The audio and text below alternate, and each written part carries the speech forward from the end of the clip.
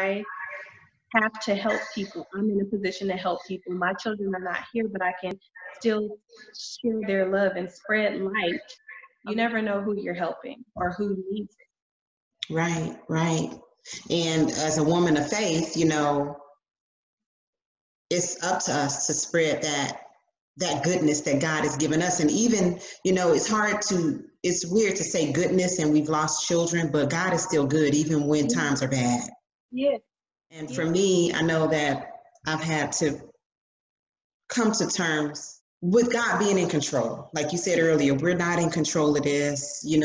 We have so much guilt and so many thoughts, and our minds will start messing with us about, well, like for me, you should have done this different, or you should have noticed something. Those thoughts creep in, and then it's like, well, I'm not in control, and I have to surrender to the fact that I'm not in control. God is in control, and if we say that we trust God, then we have to trust him even when it's something that hurts us. Yeah. And even if we get pain, are we still willing to do good in his name? And your actions answer that question. It seems are always willing to do good in his name, even when you're in pain in return. And I've had to ask myself that, because I know there are times that I felt like, I was doing good for others. And that was one of the big things. Like, God, why am I being punished, or why are you doing this? And I tried to do what you wanted me to do. I felt that I was doing your will. I was fulfilling the purpose you gave me.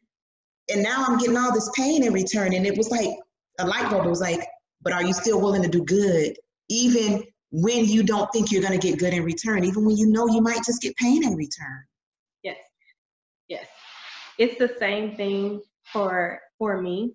I was, for a long time, I was very upset, and I was, why me? I'm not perfect. Nobody is, but I always try to do good and spread the light of God, in the world. And when he passed away, I was mad. I was mad, and the why me's, and what did I do to deserve this? What did my child do to deserve this? And something just in my head said, why not you? You're not the only person that this happens to. Not even just from cardiac arrest, but child loss, period. Yes. People lose children every day. In the group that we're in, we see people that have lost all of their children, 3 and 4, in one walk in a car accident. So what makes me think that I'm any better than them, or I prayed any more, or I'm any closer to God than them? So that was I had an epiphany. I'm like, who are you? Why are you exempt? So I started seeing things differently. It's the world that we live in. And yes, things could be prevented, I feel like, with more testing and things like that.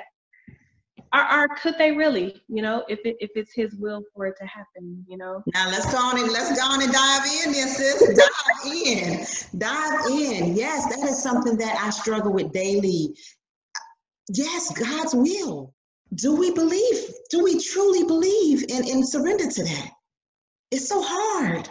I told you, sometimes the wrestling, even though you want to, you say, okay, yes, I give up. Because when you stop trying to fight with the whys, you get a peace. Like, okay, I give it up to you. But then sometimes in your head, it's like, well, do I really? Because I still have these thoughts, I don't know. We're human.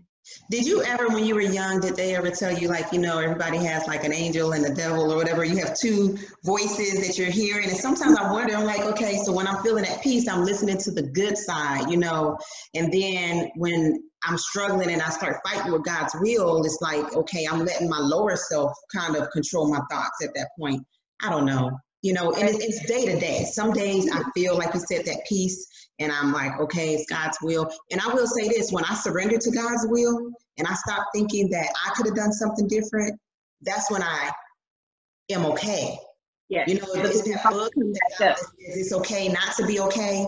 And I had to tell myself one day, because and I don't know if you can relate, but when you start feeling okay, it actually is a guilt associated with that. Like, how am I okay? And I lost a child. But I had to tell myself it's okay to feel okay. Right. And surrender to that, because then I'm in God's peace. Right. At that moment. Right. Same. I felt the same things, the same questions. Maybe we'll get to a place where we don't even have the questions anymore, where we completely surrender. I'm not sure. I don't know. I because pray for that day. I know for yes, me, I feel I've never felt this close to God in my life. And right, it's a weird feeling when my friends have failed me, when my family has not necessarily been there the way that I wanted them to. God is the only one that has never left my side, that has been consistent and constant every yep, day throughout the struggle. yep. Same here. While I'm not believing and talking trash and kicking and screaming, I was acting up, and he was still just carrying me and loving me, and it's no way that I could doubt him. They say that he's closest to you when you are broken. So For me, there were many nights that I didn't think I could make it through. And you sharing that you had lost not one, but two children. And it really was like a wake up call for me. How are you going to give up? Talking to myself after losing one. And this person has lost two and is still fighting the good fight, still, doing good in God's name. So it's on me to continue that too. Everybody can do good when times are going good, but the test is who can do good when times are not so good. I want to remain strong for them. I feel like I have to live for them. Um, I feel like I have to spread positivity and love for them. I have to be an example for my living daughter, to show her how to handle. We don't know what they're going to face in life, our children, and I want to be an example and show her how to handle things. Really, really, truly, Absolutely. you know. Absolutely. Absolutely. And just focusing too, like you said, with the living daughter, focusing on the gratitude for the living children that we still have, but then also focusing on being grateful for the time that we did have with, like you Yes, said, Chloe, the 5 years that she was with yes, you was like she was the light in a dark time of your life, and God orchestrated that. God orchestrated sending Damani to me, and I think that when we focus on not so much what we don't have, but the great times that we did have with them, that is helpful for us as well in our healing. it does help. It does help because what is focusing on the bad and what happened and reliving what happened and focusing on their absence. I mean, we know that they're not here and we know the pain. And even in being grateful and even in trying to hold on to my faith, I still have pain.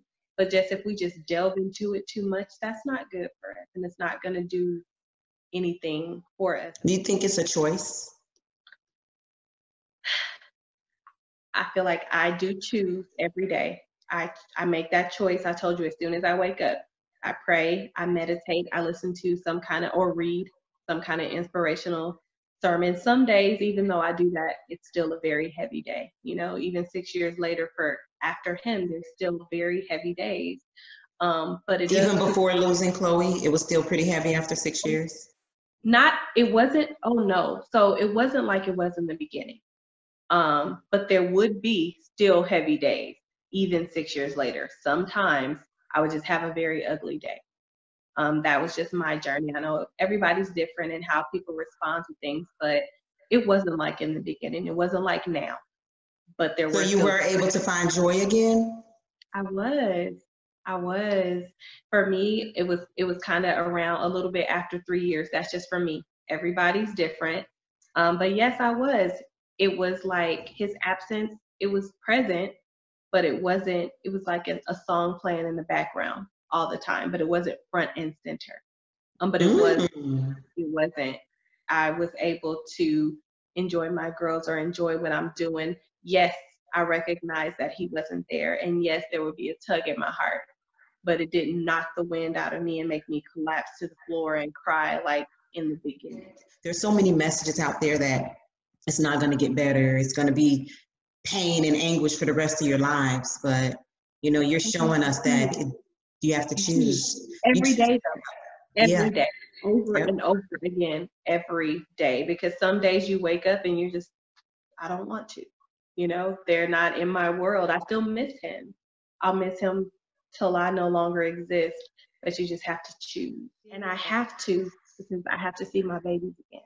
I have to see. Absolutely. And that hope really stays close to my heart. And I actually just prayed about that today. I just really want to be reunited with my child. You talked about your child's presence. I believe that my child's presence is here in our actions and in our deeds, and with us every single day, with us every single day. I'm grateful to have experienced them. Period. To have experienced my children, because we don't possess people; they're not ours. We get to experience them, and each one of them meant something different to me. No, not that the love was different, but taught me different lessons. I'm really learning a lot through these conversations about y'all, about everybody and their experiences. And then also it helps me because I still blame myself sometimes. But when I see how many people it's happening to, number one, and number two, how many people it's happening to with no symptoms.